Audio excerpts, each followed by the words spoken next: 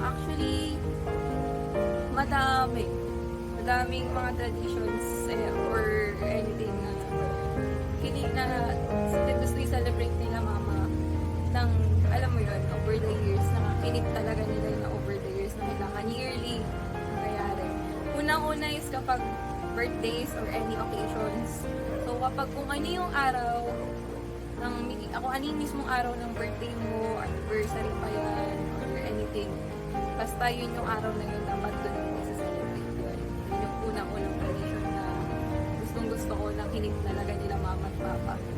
Then, pangalawa is yung every Sunday, yung naging tradition na natin na lalabas tayo, magsisimba, kakain sa labas, nag-spend tayo together, papahinga tayo.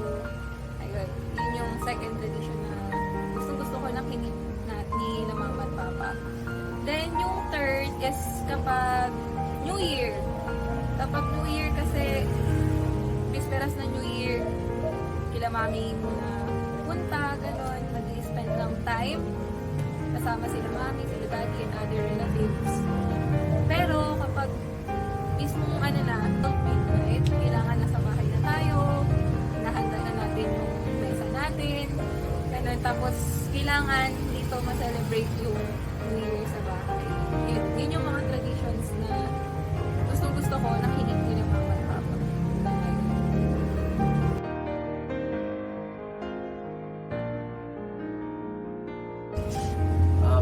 One thing that I learned from the both of them is, if you want to commit at something, whether it is something trivial or maybe a little bit important for example for myself,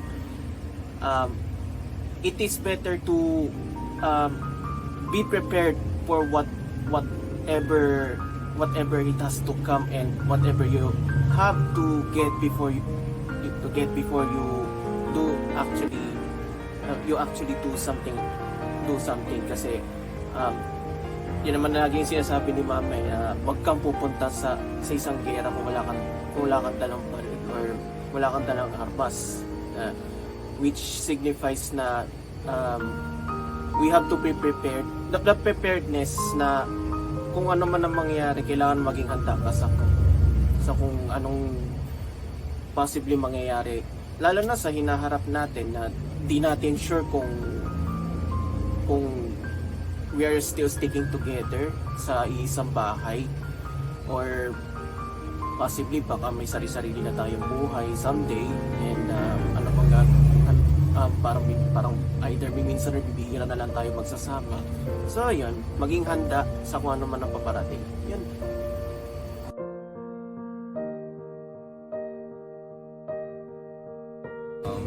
To-describe ko sa kanila in few words is strong nga.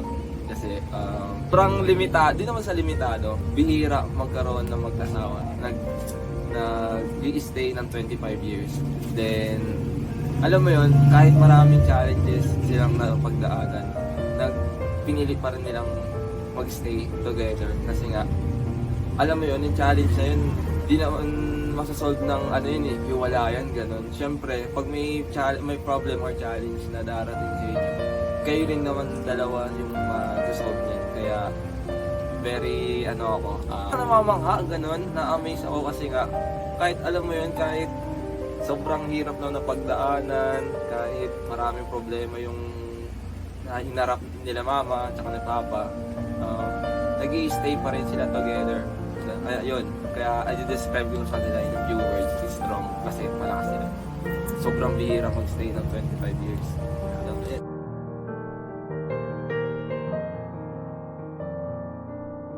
First muna kay Papa. Siyempre, madiskarte si Papa, alam niya yan. Tsaka yung pagmamaneho, doon ko talaga idol si Papa sa lahat ng bagay. Tricycle things. Si Mama naman, paano ba si Mama? Si Mama kasi madami ding kaso hindi mo lang mapipigilan unstoppable being yun. Kumbaga masipag si Mama din Maparaan din si Mama Galing kasi sa hirap kaya yun Aminin ko tamad ako pero nagusto ko yung mga ginagawa nila sa akin, lalo na pag tawag dito, pag pinagsisilbihan ako ng nanay ko yun, pinaka-the best sa lahat yun. Imagine mo, naglalaro ako, pag ano ko, may kinakain na ako dyan. Oh, yun yung gusto ko kay mama.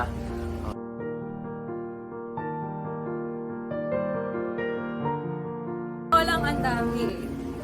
Kasi sa 25 years nila, 25 years na rin akong alive. So halos nasaksihan ko lahat yung mga naging challenges nila na nag-work sila as a team. Unang-una nung nagkasakit si Rain, baby pa lang si Rain, sa hospital si Rain. Hindi biro yun kasi alam ko yung hirap pag isang family member is may sakit tapos hindi mo pa alam kung saan ka kukuha ng panggastos. So nabilib ako kay mama at papa doon kasi despite na ganun kahirap yung naging challenge nila, pinakita nila na kaya nilang alam mo yun, mag-get through it. Kaya nilang lagpasan yung challenges na yun as long as they work as a team. Then, second is yung dito sa tindahan. Daily yan. Routine na nila yung pagpunta sa tindahan, ay sa palengke. Daily na yan. Daily yung pagpunta nila sa palengke, routine na nila yan. So, ikaw, as a person, mapapagod ka kung ikaw lang mag-isa eh. Gagawa lahat nun. But then, sila, makikita mo sila, everyday, pupunta sila ng palengke. Sa palengke nga, alam na lagi silang magkasama eh. Team sila pag namalengke. Kasi kapag wala yung isa, tatanungin agad si mama, nasan si kuya? Bakit di mo ata kasama? Or di naman kaya pag si papa rin pupunta sa palengke, kuya, nasan si ate? Bakit di mo kasama? Ibig sabihin, they work as a team. Kasi nakikita din ng tao na talagang, alam mo yun, they work as a team. Baka team Melmers nga. So, ayun. Basta marami pa akong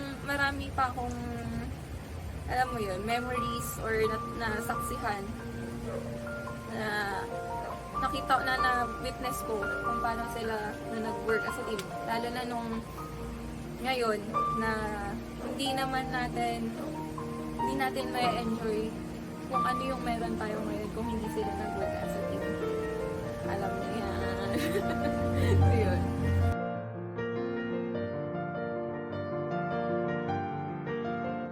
If anything, yung pagiging nila,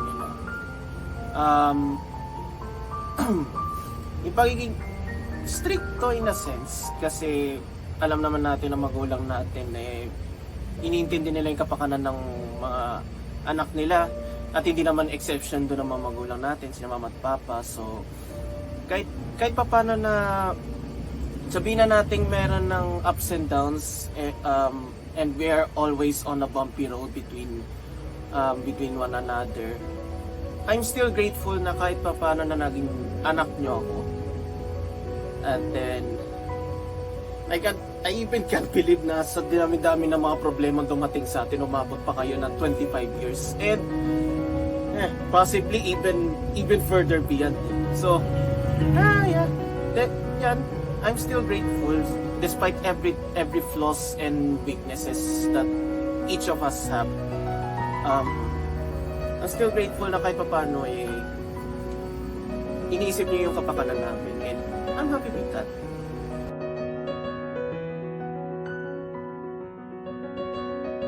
Ano lang naman yun eh. Ang pinaka-favorite kong syempre every New Year yan. Tingnan mo kasi tuwing mag-New Year, syempre yung pamilya natin nagsasalo-salo, ganon. Kasi yung mga ibang pamilya, nag-celebrate sila ng New Year pero hindi buo, yung may mga pamilyang hindi buo. Ayun nga, kasi wala silang magulang, wala silang tatay, wala silang kamag-anak, basta ganon. Kaya yung pinaka gusto kong memory sa nila, yung isa-celebrate yung New Year kasi nga buo kaming pamilya. Tapos masaya kami, kahit makulit kami, ganon. Mahal na mahal kami ng pamilya namin. Yung naka ko, sinelebrate namin.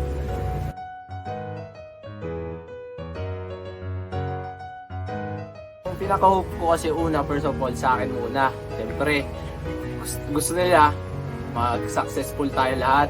So pag nag-success tayo, muna akong bibilin sa kanila bahay tsaka sasakyan, lalo na kay Papa yan. Yan, yun yung gusto ko. Yan yung talaga, pag yumaman talaga ako. So, in-hope ko na lahat tayo maging successful. So, mabibilang ko sila ng magandang tutulugan, magandang bahay. Mabibilang ko sa success si Papa. Kaya yun lang, yayaman din ako. Papa, Mama, happy 25th wedding anniversary sa inyo. Masaya ako kasi nakarating na kayo sa stage na to na sobrang bihira na sa ngayon. Sobrang bihirang-bihira na yung umaabot ng 25 years. Kasi usually, sa panahon ngayon, sa generation ngayon, parang nasa 1 to 2 years pa lang, naghihiwalay na, nakadanas lang ng matinding pagsubok, mayaw na. Saya ko na, ayun nga, 25 years na kayo. Kayo yung patunay na there's true love, charot. there's true love, ganun. Tapos, ang wish ko lang is maging strong pa yung bond ninyo na, yun nga, more years pa na umabot kayo ng 50, 75, or ano basta, beyond 50 years. Ayun yung isa sa pinaka-hinihiling ko. Then, naway, mag-aral kayo, bigyan nyo ng mahabang pasensya ang isa't isa. Then, sana mas mag-grow yung love for each other. Then, alam ko naman, sure naman ako na love na love ni Papa, si Mama. Then, alam ko din naman na ganun din si Mama, love na love din si Papa. Oo, normal na nag-aaway kayo palagi. Pero, alam kong hindi yun yung reason para tapusin lahat. May times na nakakapagsalita kayo ng di maganda sa isa't isa. Pero, praying ako na hindi dun magsimula yung laman sa inyo. Then, good health, always. Yun yung inihiling ko kasi syempre patanda na rin kayo. Pa-50 na kayo. So, ang pinaka-hinihiling ko is good health din talaga. Then, to my mama at papa, wait nyo lang ng konti. Mobile pa po ako. Pero, asahan nyo, pagka dumating yung time na we're all stable, mag-give back kami mga anak niyo sa inyo as appreciation sa nagawa nyo, sa pagpapalaki nyo sa amin, na alam kong hindi biro yung pagpapalaki sa apat na anak within that 25 years. Alam ko si ma'am, lalo na lalo na sa inyong dalawa kasi i-stress kayo sa amin palagi. Alam ko hindi talaga biro na magpalaki ng apat na anak. So, ayun. Lagi nyo tatandaan na nandito kami palagi. Matigas man ulo namin, pero mahal namin kayo. Sana lagi nyo tatandaan yan. Na pasensya na din kung may times na parang nasaktan kayo sa mga naging actions namin, kung may nasasabi namin. Pero hindi namin kagustuhan yun, nasaktan kayo. Kaya ako na rin yung humihingi ng pasensya sa kanila. So ayun, mama, papa, mahal na mahal ko kayo. Happy 25th wedding anniversary sa inyo. I love you! First and foremost, congratulations to both of you katulad ng sinabi ko kanina, despite everything from clashing from heaven and earth at umabot kayo ng 25 years. It's a crazy feat talaga kung sumahin kasi merong iba na kahit wala pang isang taon naghiwalay na kaagad. But look at you now, look at the both of you now at 25 years, man. Well, if anything, sana wag lang sana huminto sa 25 years. Sana umabot pa kayo beyond 25 or maybe even 50, the golden era, 50 years. So, other than that, sana aside from the both of you, sana maging masaya pa tayo palagi, full of prosperity, peace, and safety and happiness na din for the all of us. And especially sa inyong dalawa na din po, ma and pa. So, and lastly, thank you for everything that you have done for all of, hindi lang sa akin, but for all four of us na kahit kahit na sabihin na natin medyo may pagka-edgy kami or may pagka-edgy kami or may mga times na hindi tayo nagkakaunawaan and all, but then again, I still want to say thank you to both of you na despite na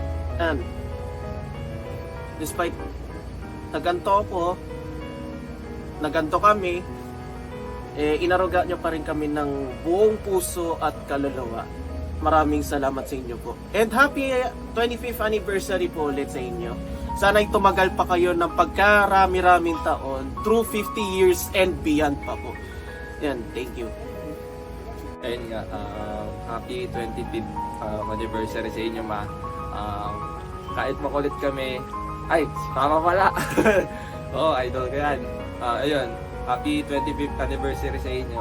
Kahit marami tayong problema pinagdadaanan or mga challenges na kinakaharap, huwag natin idaan sa mga init ng ulo, gano'n.